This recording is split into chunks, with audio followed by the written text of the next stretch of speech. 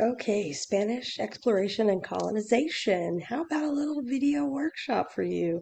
This that I drew and gave to you guys, either printed it if you are a face-to-face or put it in Google Classroom for you if you are virtual, is so important. First up, the three G's, right? The reason that European explorers came to America's at all was for God, gold, and glory. The Catholic Church, they want to spread Christianity. European countries are trying to get rich. And conquistadors are looking for fame and power, and that is glory, right? The country with the most colonies has the most power, so that's what they're doing there. So the very first thing on your timeline is Pineda, who makes a map of the Gulf Coast of Texas in 1519. That is the first time that a European saw Texas.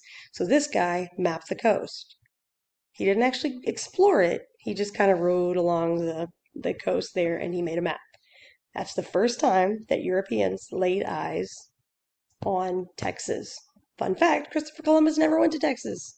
He's not the first guy to see Texas. So get that out of your mind if it's there at all. Next, we've got this guy, Cabeza de Vaca, explores the Gulf Coast of Texas. This is huge. You've got to remember him because he is the most important explorer, I believe, that sort of went all through Texas. He wandered all through Texas for like 8 years and he lived with the Native Americans. What happens is the guy shipwrecks. By the way, the important things are circled, so hopefully you get that. He shipwrecks on Galveston Island. He has, like, I guess his slave guy with him, and they kind of make friends with the Karankawa Indians. They help them out. They help one another, which is unusual because most often the Native Americans weren't super friendly with European explorers, especially not English or Spanish explorers. But they did become friends. So because he hangs out with them, he travels with them all through Texas and he learns a lot and he writes a book about it, which is also a huge deal because it's the first written work of Texas literature. It's called La Relación by Cabeza de Vaca. And in checkpoint one of your project, we actually looked at an excerpt from that. So next up, we have Coronado. Not a big deal there. This guy was looking for the cities of gold. He never found gold. The only thing he ever did was find adobe houses, and I guess the way the light kind of gleamed off of them and the color of them made it seem like the gold city. You know, these people were trying to get rich. Instead of finding gold, he finds basically dirt houses. A little bit of a disappointment, but I mean, you get what you get. So then De Soto and Moscoso are also leading an expedition into Texas because they too are searching for the seven cities of gold. This guy, there's nothing super exciting. He never finds gold and then he gets sick and dies, so bummer. The last person that we have here in 1685, there's a 166-year difference between when the Spanish first saw Texas and when this French explorer, La Salle, actually established Fort St. Louis. So this is the fancy French gentleman. You can see the cultural differences in just his portrait, I think. He establishes the first settlement. He went to the Mississippi River and then he accidentally ended up in Matagorda Bay in Texas down here, if you see where his green line ends, but he establishes a settlement. I know what that did is inspired Spain to create more settlements in Texas. If you go back and look at the map, they'd kind of, the Spanish, not the map, the timeline, the Spanish had kind of dropped off from looking for more than 100 years. Like Texas is big and wide open and kind of boring to them. So they didn't really mess with it for a long time. Well, then when the French show up and start colonizing it, all of a sudden they're like, wait a second, we found it first. It's almost like if you have a little kid who doesn't play with a toy for like 2 months, but then another little kid comes over and starts playing with it, all of a sudden, that's my favorite toy. They just, they've had it first, so they didn't want him to have it. But he does found a settlement. He and the Karankawa people did not get along. He was an okay guy, but for some reason the Indians didn't like him. They were enemies.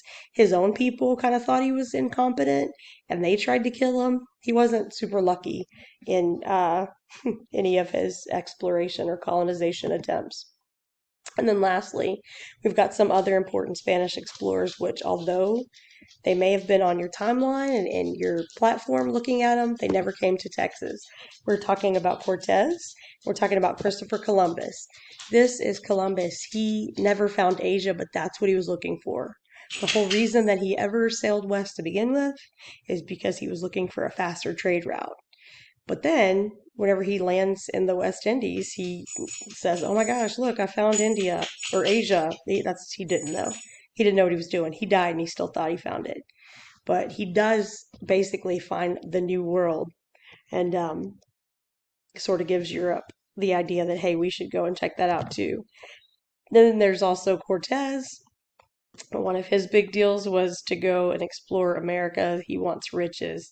He ends up in Mexico in a battle with the Aztecs, but those two aren't super important in terms of Texas history. Christopher Columbus is important just because he accidentally bumps into this island and kind of opens up this whole Pandora's box of let's explore and take over. Um, Here are some other really important things to know randomly, basically because they show up as test questions and is important. El Camino Real is a road that stretched from Nacogdoches to Laredo. In 1718, San Antonio was founded. Kolaches have nothing to do with Spanish exploration and colonization. Also, always look at your other questions and see if they can help you answer questions. For example, if you have a timeline question, it has the dates of everything. So if one of your other questions says, who mapped the Texas coast in 1519, go back and look at that timeline. Because there is a timeline question like this that pops up on basically every single test, as well as excerpts. And what I have to tell you about this, it does not matter if you know anything. When you get these questions, the type of questions that they're asking you, you just have to know how to read and comprehend. Pay very careful attention to what the question is asking you. Read the passage, read the question, read the passage again. You can have the correct answer. It's the same thing here. It's pretty basic. The questions ask you something specific as far as this timeline goes. Sometimes there's one question where you have to do math. Everybody either gets it really right or really wrong. You've got to pay attention to what the question is asking you. Use critical thinking skills.